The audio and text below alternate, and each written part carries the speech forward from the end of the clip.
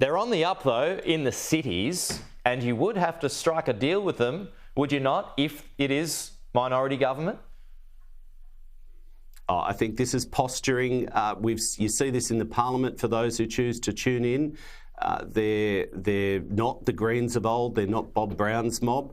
But this is pre-election posturing. You know, I'm interested in what the alternative government's plans are for literally yesterday. Not making it up. Yesterday they announced $100 billion of cuts. And then when pressed and said, well, what are you going to cut? They said, oh, we don't want to talk about that. I mean, it's just absolute nonsense. I think that's what Australians should be focused on. What's the alternative government of the country? Their risky nuclear reactors plan to push up power prices. I mean, they're a joke.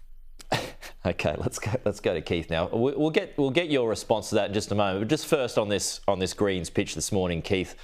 I mean, conveniently they're forgetting if this tax increase were to get through, staff numbers would be decimated, which would be even worse for the country.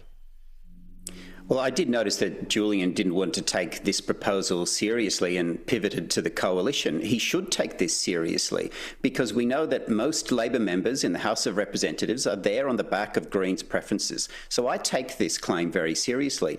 Now, politicians like Adam Bandt may like to see themselves as Robin Hood, but this movie has been played out again and again throughout history, from the former Soviet Union to Venezuela. They go from being Robin Hood to being the Sheriff of Nottingham, and it ends in a disaster.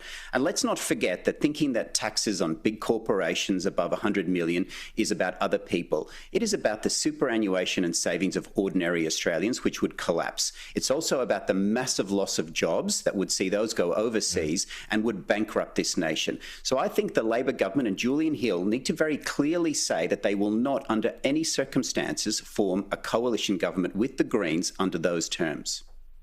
Okay, Julian, are you going to respond to that? Well, the Prime Minister's been clear repeatedly, whatever wacky proposal comes up, the case we'll be putting forward is for a majority government, a stable government in our own right. But the polls aren't saying that, you see. That Labor is the only party that can form a majority government. So if it is a minority government, though, if it is a minority government, do you rule out a relationship with the Greens?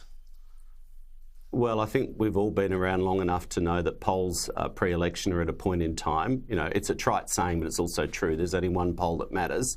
And I do not take whatever the Greens are putting forward today seriously. It's in their imaginary government and their fantasy budget. It's economic nonsense. I mean, I agree with much of Keith's analysis of the substance of the matter.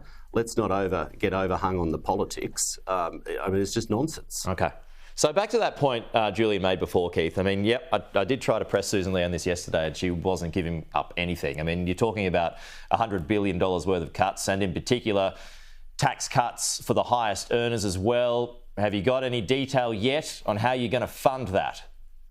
The coalition will add all detail that we will to our policies as we lead towards the election. Kicking the can down the road.